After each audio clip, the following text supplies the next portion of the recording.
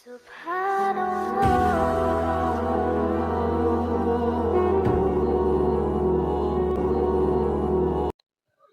الحمد لله الذي علم البيان والتبيان والصلاة والسلام على خطيب فصيح بليغ سيدنا محمد وعلى آله وأصحابه أجمعين.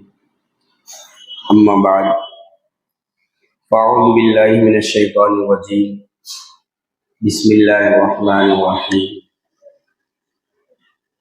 قد أفلح من زكاها وقد خاب من دساها. صدق الله العظيم. وقال النبي صلى الله عليه وسلم: لا تزول قدم ابن آدم يوم القيامة حتى يسأل عن خمس: عن عمره فيما أفناه، وعن شبابه فيما أبلاه، وعن ماله من أين اكتسبه وفيما أنفقه، وماذا عمل فيما علم، او کما قال علیہ الصلوۃ والتسلیم. میرے محترم بزرگ اور دوستو، سال کا اختتام ہے، دسمبر کا مہینہ چل رہا ہے، اور دسمبر کے مہینے کا بھی بالکل آخری ہے. 2-4 دن میں سال مکمل ہو جائے گا، اور ان آخری ایام میں ایک بات بیچ میں یہ بھی بتا دوں کہ ہمارے شہر احمد آباد کا اجتماع ہے، جو آج جمعہ کے بعد سے 29، 30، 31 جمعہ، سنیچر، اتوار، یہ 3 دن ہمارے شہر کا اجتماع ہے کھیڑا میں. ہم اس کی خوب دعوت چلائیں، ہر گھر میں اس کی بات پہنچائیں، اور کم از کم ہر گھر سے ایک فرد ضرور پہنچنے کی کوشش کرے، اور اگر سبھی چلے جائیں تو یہ ہمارے لیے باعث فضیلت ہے. ساتھ ہی ساتھ سال ختم ہو رہا ہے، اور اس سال کے ختم ہونے پر بہت سی باتیں ہمارے معاشرے کے اندر وہ وجود میں آ گئی ہیں جن کا شریعت سے کوئی تعلق نہیں. خاص طور سے ہمارے وہ نوجوان جو عصری علوم سے وابستہ ہیں، جو اسکول اور کالج میں پڑھائی کرتے ہیں، جو مغربی کلچر کے دل دادا ہے، اور وہ گھرانے جن میں دین کی رہنمائی بہت کم ہو رہی ہے، ان گھروں کے اندر نئے سال پر بہت ساری خرافات ہو رہی ہیں. ہم سب مسلمان ہیں، اسلام کے ماننے والے ہیں، لا الہ الا اللہ محمد رسول اللہ یہ کلمہ ہم نے پڑھا ہے. اب ہم سب کی ذمہ داری یہ ہے کہ ہم شریعت و سنت کے پابند ہیں. اللہ تبارک و تعالیٰ نے جو احکام ہمارے اور آپ کے آقا محمد حبیب صلی اللہ علیہ وسلم کے واسطے سے پہنچائے ہیں، اور اللہ کے رسول صلی اللہ علیہ وسلم نے جو باتیں صحابہ کرام کو بتلائی، اور صحابہ کرام نے اپنا حق اور اپنا فرض سمجھ کر دوسرے لوگوں تک وہ باتیں پہنچائی. آج انہی لوگوں کی محنت کا ثمرہ ہے کہ اللہ تبارک و تعالیٰ نے ہم سب کو کلمہ گو بنایا ہے. ہم سب مسلمان ہیں، ہم سب ایمان والے ہیں. اب ہماری کچھ ذمہ داریاں ہیں. کیسی ذمہ داریاں؟ کہ شریعت کیا کہتی ہے، اللہ کے رسول کا طریقہ کیا تھا، ہم سے پہلے جو بزرگان دین گزرے ہیں وہ اس امت کی کس طریقے پر رہنمائی کر کے گئے. کہیں ایسا تو نہیں کہ ہم بظاہر اسلام کا لبادہ اوڑے ہوئے ہوں، ہمارے چہروں پر داڑھی ہو، کرتا پاجامہ ہو، ہم مسجد میں بھی آتے ہوں، نماز بھی پڑھ لیتے ہوں، لیکن ہماری زندگی اسلامی طرز پر نہ ہو۔ کہیں ایسا تو نہیں کہ صرف ہم دکھاوے کے مسلمان ہیں، ہماری زندگی کے اندر تبدیلی آ رہی ہے کہ نہیں آ رہی ہے؟ ہمارے دلوں کے اندر اللہ تبارک و تعالیٰ کا خوف ہے یا نہیں ہے؟ اللہ تبارک و تعالیٰ کا ڈر ہمارے دل میں ہے یا نہیں ہے؟ یہ ہم سب کو سوچنے کی ضرورت ہے، اور ان سب چیزوں کا اندازہ اس وقت لگتا ہے کہ جب کوئی نئی چیز ہمارے سامنے آتی ہے۔ کوئی غم کا موقع ہے تو اس وقت اندازہ لگتا ہے کہ آدمی شریعت اور سنت کا کتنا پابند ہے۔ جب کوئی خوشی کا موقع آتا ہے اس وقت اندازہ لگتا ہے کہ آدمی کا پیر پھسل رہا ہے کہ نہیں پھسل رہا۔ وہ اس موقع پر اپنے آپ کو مسلمان سمجھ رہا ہے کہ نہیں سمجھ رہا ہے؟ بھائی شادی بیاہ کا موقع ہے، اب آدمی کے سامنے دو چیزیں ہیں، گھر کے افراد خرافات کے پیچھے لگے ہوئے ہیں، وہ کوشش میں لگے ہوئے ہیں کہ ہم کو غیر ضروری کام بھی کرنے ہیں، اور یہ شخص اس محنت میں لگا ہوا ہے کہ نہیں مجھے بھی ان کو یہ کام کرنے نہیں دینا ہے، اور اگر یہ بھی ان کے ساتھ مل جاتا ہے تو اس کا مطلب یہ ہے کہ ایمان میں کہیں نہ کہیں کمزوری۔ آج جب یہ نیا سال ختم ہوتا ہے، پوری دنیا کے اندر محفلیں سجائی جاتی ہیں، اسلامی کنٹریاں ہو یا مغربی ممالک ہو یا کوئی بھی ملک ہو، سب ملکوں کے اندر نائٹ کلبوں کا انعقاد ہوتا ہے، مجلسیں قائم کی جاتی ہیں، ٹکٹ باضابطہ اس کے رکھے جاتے ہیں، اور اس کے بعد ہمارا نوجوان طبقہ ان چیزوں کے اندر شریک ہونے کی پوری کوشش کرتا ہے۔ ہمارے شہر احمد آباد میں بھی اس طرح کی چیزیں ہوتی ہیں، خاص طور سے 31 دسمبر کو، کہ جب رات کے 12 بجنے کے قریب ہوتے ہیں، 1 منٹ کا وقفہ رہ جاتا ہے، تو لوگ نئے سال کی مبارکباد دینا شروع کر دیتے ہیں۔ 12 بج گئے، اب ایک دوسرے کو ہیپی نیو ایئر کے میسج کیے جا رہے ہیں۔ سی جی روڈ، ایس جی ہائی وے، ان سب جگہوں پر جا کر ہمارے نوجوان شور شرابہ کر رہے ہیں، پٹاخے پھوڑے جا رہے ہیں، اور ہم یہ سمجھ رہے ہیں کہ ہم تو دیندار ہیں۔ ہمارے ذہنوں میں یہ بات ہے کہ ہم تو مسلمان ہیں، ہم تو بخشے بخشائے ہیں، اور ہمارے بچے راتوں کو گھوم رہے ہیں، وہ نائٹ کلبوں کی زینت بنے ہوئے ہیں، وہ محفلوں کے اندر شریک ہو رہے ہیں، اور بس ہم یہ سوچ کر کہ میں نے تو کلمہ پڑھ لیا ہے، لا الہ الا اللہ محمد رسول اللہ، اب مجھ سے کچھ نہیں پوچھا جائے گا۔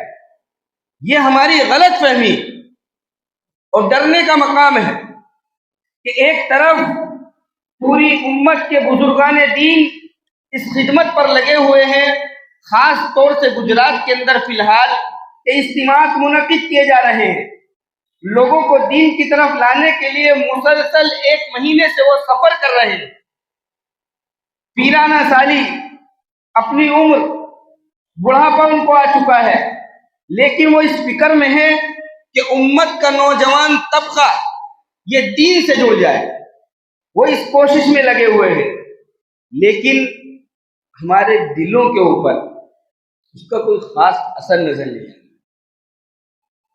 یہ بہت ڈرنے کی بات ہے۔ ایک مسلمان کے سامنے جب کوئی نصیحت کی بات آئے تو اس کا دل اس کو قبول کرنا چاہیے، اور جب کوئی ڈرانے کی بات آئے تو اس کے دل کے اندر خوف پیدا ہونا چاہیے۔ ایک مرتبہ اللہ کے رسول صلی اللہ علیہ وسلم نے دجال کا تذکرہ کیا مسجد نبوی کے اندر۔ اللہ کے رسول صلی اللہ علیہ وسلم نے دجال کے بارے میں بتایا کہ اس کا فتنہ بڑا سخت ہوگا، اور آپ بتا رہے ہیں کہ وہ پوری روئے زمین پہ گھومے گا، اور بتا رہے ہیں کہ بہت ڈرنے کی ضرورت ہے۔ صحابہ گھبرا گئے، صحابہ اندر اندر ڈر محسوس کر رہے ہیں۔ اب اللہ کے رسول نے دیکھا جب بعد میں آ کر کہ صحابہ کے چہروں کے اوپر ڈر ہے، گھبراہٹ ان کے چہروں سے دکھ رہی ہے، تو اللہ کے رسول نے پوچھا کہ آپ لوگوں کو کیا ہوا؟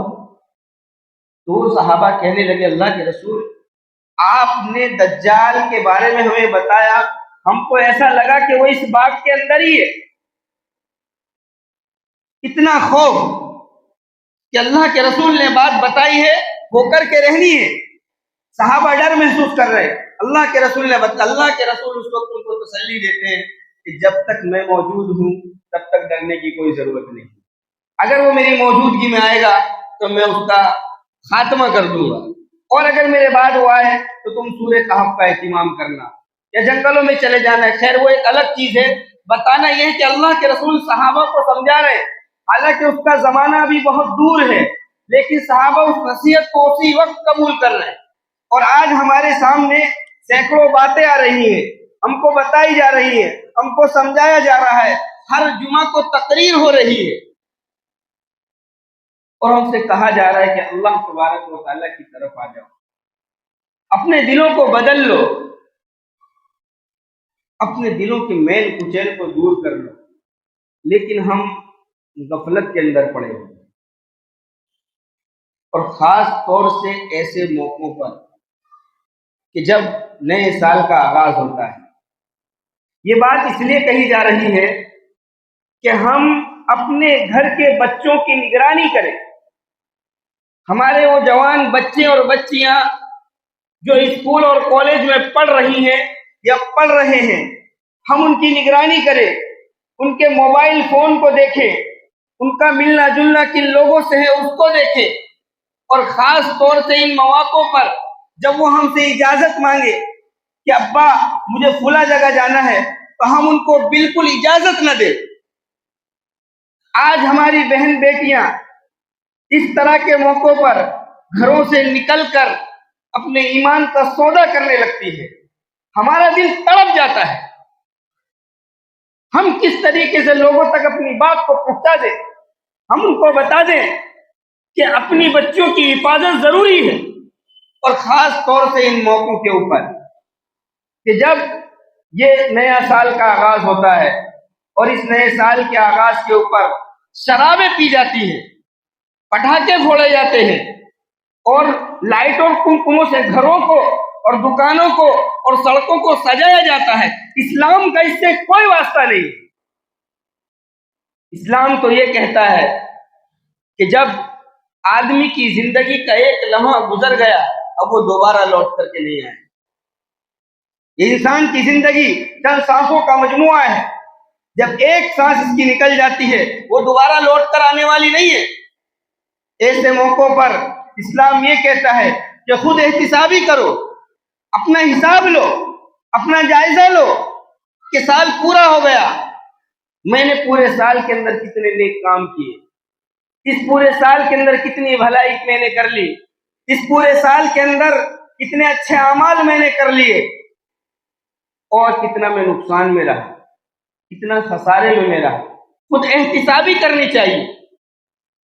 اللہ کے رسول صلی اللہ علیہ وسلم ایک روایت کے اندر ارشاد فرماتے ہیں الکیس من دان نفسہ وعمل لما بعد الموت، کہ عقل مند آدمی پتہ ہے کون ہے؟ آج ہم میں سے ہر شخص یہ سمجھ رہا ہے، میں خود بھی یہی سمجھ رہا ہوں کہ میں عقل مند ہوں. ہر آدمی یہی سمجھ رہا ہے کہ میں عقل مند ہوں، لیکن ہمارے اور آپ کے آقا محمد عربی صلی اللہ علیہ وسلم یہ فرما رہے کہ میں آپ کو بتا دوں عقل مند کون ہے. ہم جو چاہے سمجھتے رہیں لیکن نبی کی بات کو نہیں ٹالا جا سکتا.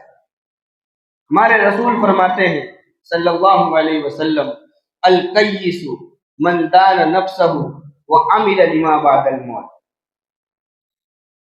کہ عقل مند آدمی وہ ہے جو اپنے نفس کی حفاظت کرے، اپنے آپ کو گناہوں سے بچائے، اپنے آپ کو غلط چیزوں سے بچائے. القیس من دان نفسہ، وہ اپنے آپ کی حفاظت کرے، وہ یہ دیکھے کہ میں گناہ میں تو نہیں پڑ رہا ہوں، کہیں اللہ تبارک و تعالیٰ کی نافرمانی تو نہیں ہو رہی ہے، کہیں مجھ سے کوئی غلط کام تو نہیں ہو رہا ہے. وہ اس چیز کو دیکھے. وہ عمل لما بعد الموت، اور اس کے پیش نظر یہ رہنا چاہیے کہ اس دنیا کے بعد میں ایک زندگی اللہ تبارک و تعالیٰ نے رکھی ہے، اور اس زندگی کی تیاری کے لیے اللہ تبارک و تعالیٰ نے ہم کو اس دنیا کے اندر بھیجا ہے، اب اس کی تیاری ہم کو یہاں رہ کر کے کرنی ہے۔ وَعَمِلَ لِمَا بَعْدَ الْمَوْتِ، کہ وہ موت سے پہلے موت کی تیاری کرے۔ وَالْعَاجِزُ، اور بتا رہے کہ بیوقوف آدمی کون ہے۔ وَالْعَاجِزُ مَنْ أَتْبَعَ نَفْسَهُ هَوَاهَا، اللہ کے رسول فرما رہے کہ پتہ ہے کہ بیکار آدمی کون ہے، عاجز آدمی کون ہے اور بیوقوف آدمی کون ہے۔ وَالْعَاجِزُ مَنْ أَتْبَعَ نَفْسَهُ هَوَاهَا، کہ جس نے اپنی خواہشات کو اپنے نفس کے تابع کر دیا۔ اب اس کا دل یہ چاہ رہا ہے کہ میل و شیلوں میں جانا ہے، اب یہ اس کے پیچھے لگا ہوا ہے۔ اس کا دل یہ چاہ رہا ہے کہ گانے بازوں کے اندر مشغول ہونا ہے، تو یہ گانے بازوں کے پیچھے لگا ہوا ہے۔ اس کا دل یہ چاہ رہا ہے کہ میں غلط کاری کے اندر مبتلا ہو جاؤں، یہ اپنے آپ کو اس کے اندر لگا رہا ہے۔ وَالْعَاجِزُ مَنْ أَتْبَعَ نَفْسَهُ هَوَاهَا، اور آگے اللہ کے رسول صلی اللہ علیہ وسلم کیا فرماتے ہیں، مجھے ایسا لگتا ہے کہ یہ ساری کی ساری باتیں ہم لوگوں کے اوپر صادق آ رہی ہیں۔ وہ تمنا اللہ، کہ یہ خرافات کے اندر مبتلا ہے، یہ گناہوں کے اندر مبتلا ہے، چوری چکاری یہ کر رہا ہے، ڈکیتی یہ کر رہا ہے، جھوٹ یہ بول رہا ہے، غیبت یہ کر رہا ہے، سارے کے سارے گناہ یہ کر رہا ہے، اور اپنے آپ کو یہ سمجھ رہا ہے وہ تمنا اللہ، اور اللہ تبارک و تعالیٰ سے امیدیں باندھے ہوئے ہیں کہ ہم تو مسلمان ہیں۔ میرے بھائیوں، ضرورت اس بات کی ہے کہ ہم واقعی میں مسلمان بن جائیں۔ بیچ میں ایک بات یاد آ رہی ہے، بتا دوں، مولانا سید سلیمان ندوی رحمۃ اللہ علیہ، مولانا الیاس صاحب دامت برکاتہم کی سوانح حیات مولانا علی میاں رحمۃ اللہ علیہ نے لکھی ہے۔ کتاب کا نام ہے مولانا الیاس اور ان کی دینی دعوت۔ اس کے بعد حضرت نے مقدمہ لکھنے کے لیے مولانا سید سلیمان ندوی کو کتاب پیش کی، انہوں نے اس کے اوپر بہت لمبی چوڑی باتیں لکھی، ابھی اس کا وقت بھی نہیں ہے۔ اخیر میں انہوں نے لکھا کہ قرآن پاک کی یہ آیت یا ایھا الذین آمنوا آمین، کہ قرآن پاک کی آیت کہ اے ایمان والو ایمان لے آؤ، ایسا لگ رہا ہے کہ ہم لوگوں کے اوپر پوری کی پوری صادق آ رہی ہے۔ اے ایمان والو، اللہ تبارک و تعالیٰ مطالبہ کر رہے ہیں، یا ایھا الذین آمنوا، ڈائریکٹ مسلمانوں سے خطاب ہے، اے ایمان والو ایمان لے کر کے آئے۔ اب ایمان تو پہلے سے ہی ہے، تو ایمان لانے کا مطلب کیا ہے؟ ایمان لانے کا مطلب یہ ہے کہ کامل مومن بن جاؤ۔ اور کامل مومن آدمی کب بنے گا؟ جب اس کے دل کے اندر اللہ تبارک و تعالیٰ کا ڈر ہوگا۔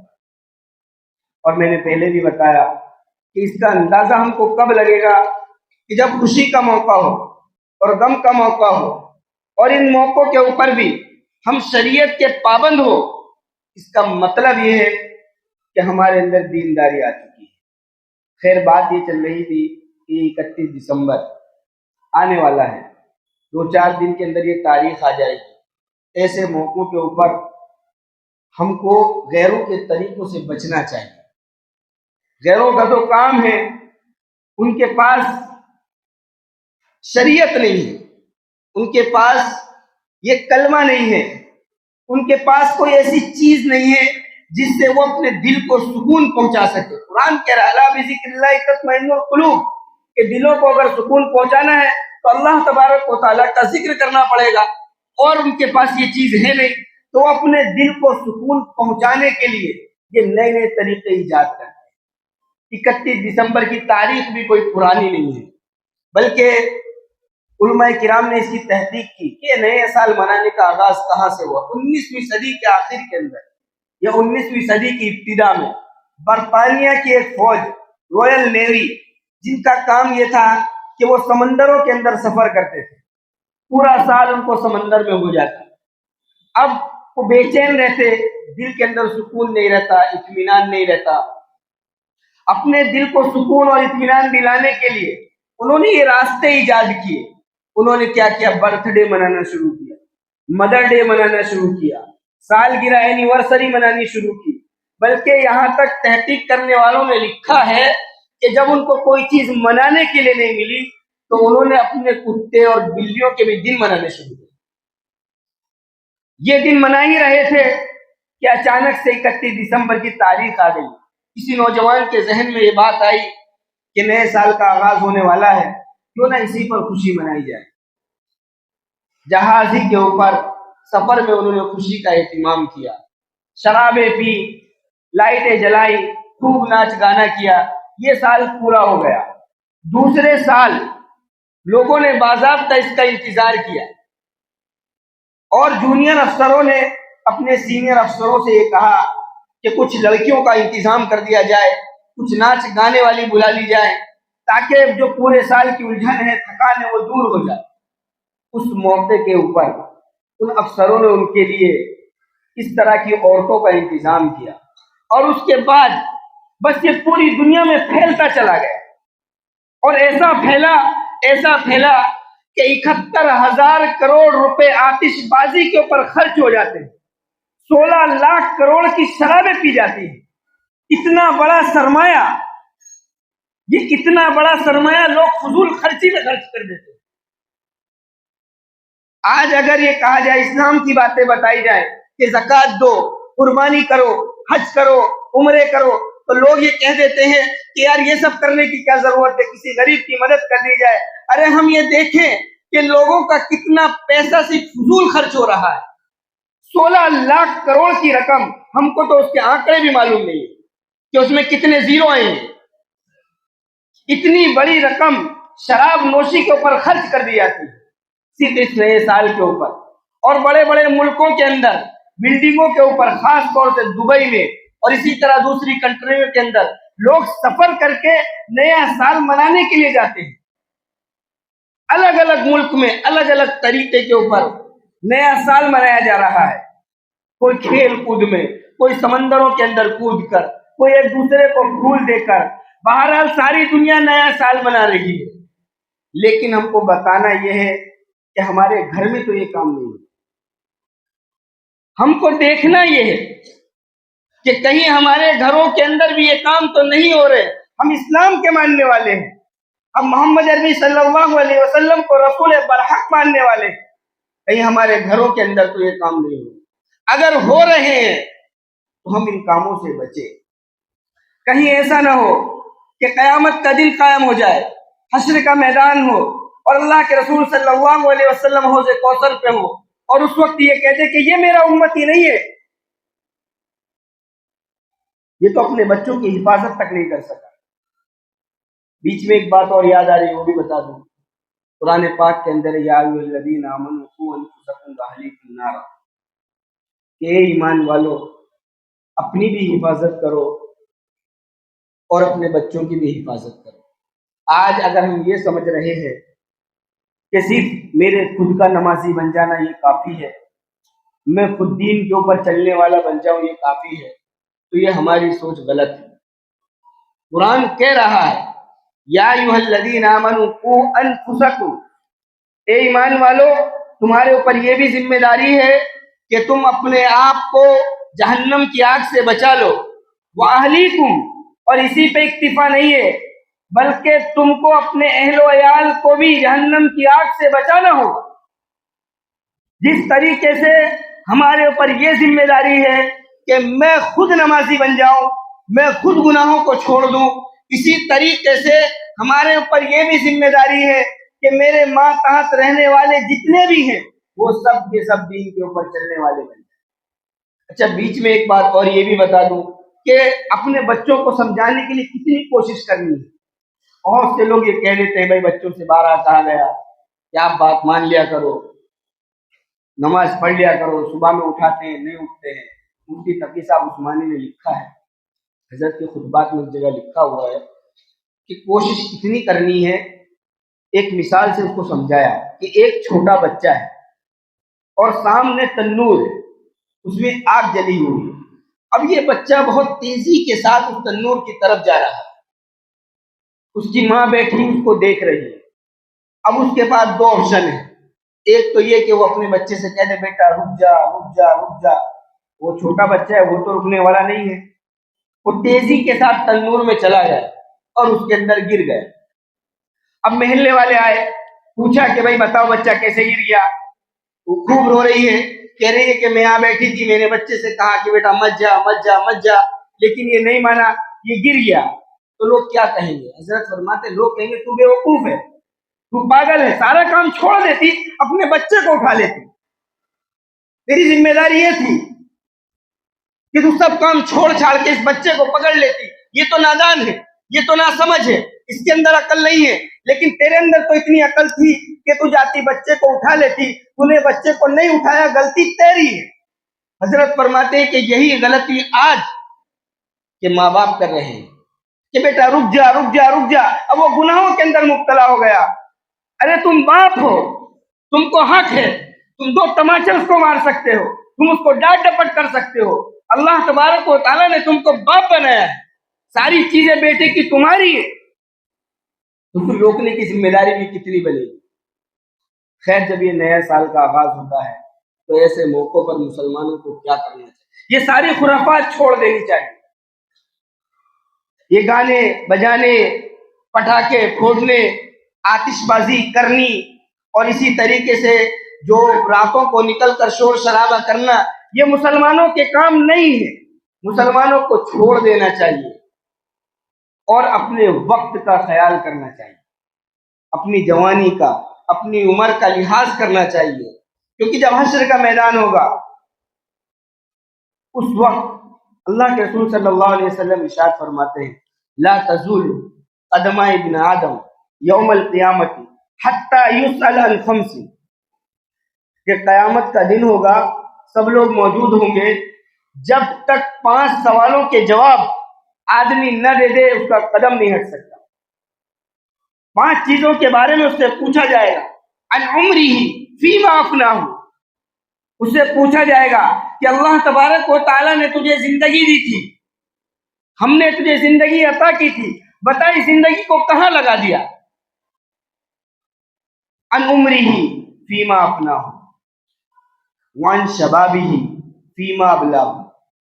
حدیث کے اندر یہ بہت عجیب و غریب مضمون ہے کہ سب سے پہلے اس کی عمر کے بارے میں پوچھا جائے گا، عن عمرہ فیما افناہ، اور اس کے بعد وعن شبابہ، جوانی کو الگ سے بیان کیا، اس کی جوانی کے بارے میں پوچھا جائے گا، فیما ابلاہ، کہ اللہ تبارک و تعالیٰ نے جوانی دی تھی، پکڑ جو جوانی کے اوپر ہے، وعن شبابہ، کہ جوانی دی تھی، تم ہٹے کٹے تھے، تمہارے بدن کے اندر طاقت تھی، تمہارے بدن کے اندر قوت تھی، بتاؤ اس جوانی کو کہاں لگا دیا؟ وعن شبابہ فیما ابلاہ، بتا دو اس کو کہاں بوسیدہ کر دیا؟ خاص طور سے جوانی کے بارے میں آج جو کہا جاتا ہے کہ نوجوانی فیوچر ہے، نوجوانی مستقبل ہے، اللہ کے رسول فرما رہے کہ ان جوانی کے بارے میں خاص طور سے سوال ہوگا۔ وعن شبابہ فیما ابلاہ، کہ بتا تو جوان تھا، تیرے اندر قوت تھی، طاقت تھی، تو 2 کام زیادہ کر سکتا تھا، تیرے لیے مسجد میں آنا آسان تھا، تیرے لیے نماز پڑھنا آسان تھا، تیرے لیے قرآن پاک کی تلاوت اور ذکر و اذکار کرنا آسان تھا، تو بتا تو نے کتنے کیے؟ وعن شبابہ فیما ابلاہ وعن مالہ من این اکتسبہ، اور یہ بھی پوچھا جائے گا، آج کام کاج کے اندر بہت دوڑ لگی ہوئی ہے، ہر ایک آدمی دوسرے سے آگے بڑھنے کے لیے کوشش کر رہا ہے، کرنی بھی چاہیے، حلال روزی کمانے کو کوئی منع نہیں کرتا ہے، آپ خوب حلال روزی کمائیں، بلکہ علماء نے یہاں تک لکھا ہے کہ فرائض کے بعد دوسرا فرض حلال روزی، آدمی کمائے، لیکن قیامت کے دن اس کمانے کے بارے میں بھی سوال ہوگا، وعن مالہ من این اکتسبہ، کہ اچھا یہ بتاؤ تم نے لاکھوں کروڑوں روپے کمائے، اس کا ذریعہ آمدنی کیا تھا؟ کیا حلال طریقے پہ کمائے یا حرام طریقے کے اوپر کمائے؟ اب وہاں ہم کو جواب دینا ہوگا۔ ایسے موقعوں کے اوپر ان سب چیزوں کے اوپر غور کیا جائے کہ سال کا اختتام ہو رہا ہے، میرے اوپر کسی کا قرضہ تو نہیں ہے، سال ختم ہونے جا رہا ہے، میں نے کسی کا روپیہ پیسہ دبا تو نہیں لیا ہے، خود احتسابی اپنے آپ کا محاسبہ کیا جائے، وَعَنْ مَالِهِ مِنْ أَيْنَ اكْتَسَبَهُ، یہ جو مال میرے پاس ہے یہ حلال ہے بھی کہ نہیں ہے، اپنے اس مال کا جائزہ لیا جائے۔ اور وَفِيمَا أَنْفَقَهُ، چوتھی چیز کہاں خرچ کیا، کن چیزوں کے اندر اس مال کو خرچ کیا۔ مال تھا، حلال کمایا، خوب محنت کی، اب خرچ کے مواقع کیا ہیں؟ کہیں گناہوں میں تو خرچ نہیں کر دیا، کہیں یہ نیو ایئر نائٹ اور اسی طریقے سے نیو ایئر منانے میں اور دوسری خرافات کے اندر تو خرچ نہیں کر دیے، یہ بھی پوچھا جائے گا۔ اور پانچویں چیز اللہ کے رسول صلی اللہ علیہ وسلم نے ارشاد فرمایا وَمَاذَا عَمِلَ فِيمَا عَلِمَ۔ آج ہر آدمی کو یہ شکایت بھی ہو سکتی ہے کہ مجھے معلوم نہیں ہے۔ جتنی چیزیں تمہیں معلوم ہیں، بھئی نماز ہر ایک کو معلوم ہے، روزہ ہر ایک کو معلوم ہے، زکوٰۃ ہر ایک کو معلوم ہے، حج ہر ایک کو معلوم ہے، یہ ساری کی ساری اللہ تبارک و تعالیٰ نے فرض کر رکھی ہے۔ وَمَاذَا عَمِلَ فِيمَا عَلِمَ، جو چیزیں تمہیں معلوم تھی شریعت کی، ان کے اوپر کتنا عمل کیا۔ قیامت کے دن یہ چیزیں پوچھی جائیں۔ لیکن میرے دوستو، اگر ہم نے اپنی زندگی کو اسی طرح غفلت اور سستی میں گزار دیا، اگر پوری دنیا کے حالات کو دیکھتے ہوئے ہم نے اپنے آپ کو نہیں بدلا، اگر اسی طریقے سے ہم غفلت کے اندر پڑے رہے، ہم سوتے رہے اور ہم نے نہ خود جاگنے کی کوشش کی اور نہ امت کو جگانے کی کوشش کی، تو میرے دوستو وہ دن دور نہیں ہے کہ ہمارے سامنے بھی آفات اور مصیبت آ کر کے کھڑی ہو جائے۔ میں نا امیدی نہیں دلا رہا ہوں، کسی کو نا امید کرنا مقصود نہیں ہے، اور اللہ تبارک و تعالیٰ سے نا امید ہونا بھی نہیں چاہیے۔ بتانا یہ ہے کہ آخر ہم اپنی غفلت کب چھوڑیں گے، ہم کب اپنا محاسبہ کریں گے، ہم کب اپنے بارے میں سوچنا شروع کریں گے۔ ہماری یہ زندگی الٹ ٹپ گزر رہی ہے، کوئی وقت کی ترتیب نہیں ہے، کوئی سونے جاگنے کا طریقہ نہیں ہے، بس ہم ایک بے ترتیب زندگی گزار رہے ہیں۔ اور جب اس طرح کے مواقع آتے ہیں تو ہم ساری چیزوں کو بھول جاتے ہیں۔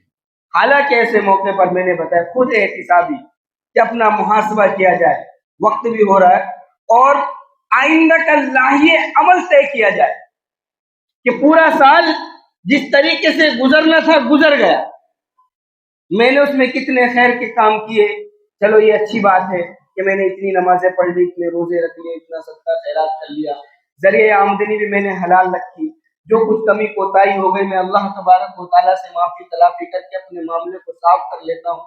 لیکن آگے کا لاہیہ عمل بھی طے کریں کہ اب آگے کی زندگی ہم کو کس طریقے سے گزارنی ہے۔ وقت کا میں نہیں تمہیں بتاتا کہ اللہ کے رسول صلی اللہ علیہ وسلم نے ایک روایت کے اندر یہ بھی ارشاد فرمایا اغتنم خمسا قبل خمس، کہ 5 چیزوں کو 5 چیزوں سے پہلے غنیمت جان لو، اور اس کے اندر یہ ساری کی ساری چیزیں اللہ کے رسول صلی اللہ علیہ وسلم نے گنوائی، جس کے اندر یہ ہے کہ شباب جوانی بھی ہے اور اسی طریقے سے صحت بھی ہے، تندرستی بھی ہے اور اسی طریقے سے فراغت بھی ہے، مالداری بھی ہے، اور اخیر میں اللہ کے رسول صلی اللہ علیہ وسلم نے ارشاد فرمایا وہ حیاتک قبل موتک، اور اپنی زندگی کو غنیمت سمجھ لو، اگر موت آ گئی کوئی کام کرنے کے لائق آدمی نہیں بچے۔ آج زندگی ہے، جوانی ہے، صحت ہے، تندرستی ہے، اللہ تبارک و تعالیٰ نے ہم کو سنبھال رکھا ہے، اگر آنکھیں بند ہو گئی سمجھ لو کہ اب اعمال کا راستہ بند ہو گیا۔ اگر اب بھی ہم نے اپنے آپ کو نہیں سنبھالا، اگر اب بھی ہم نے اپنے آپ کو تیار نہیں کیا، اگر ان حالات کو دیکھتے ہوئے ہمارے دل اگر اب بھی نہیں بدلے تو میرے بھائیوں بھی کب بدلیں گے ہمیں کچھ پتہ نہیں۔ ہم اپنی زندگی کو بنانے کی کوشش کریں، اور خاص طور سے ایسے موقعوں کے اوپر اپنے بچوں کی حفاظت کریں۔ اللہ تبارک و تعالی ہم سب کو عمل کی توفیق عطا فرمائے۔ وآخر دعوانا الحمد للہ رب العالمین۔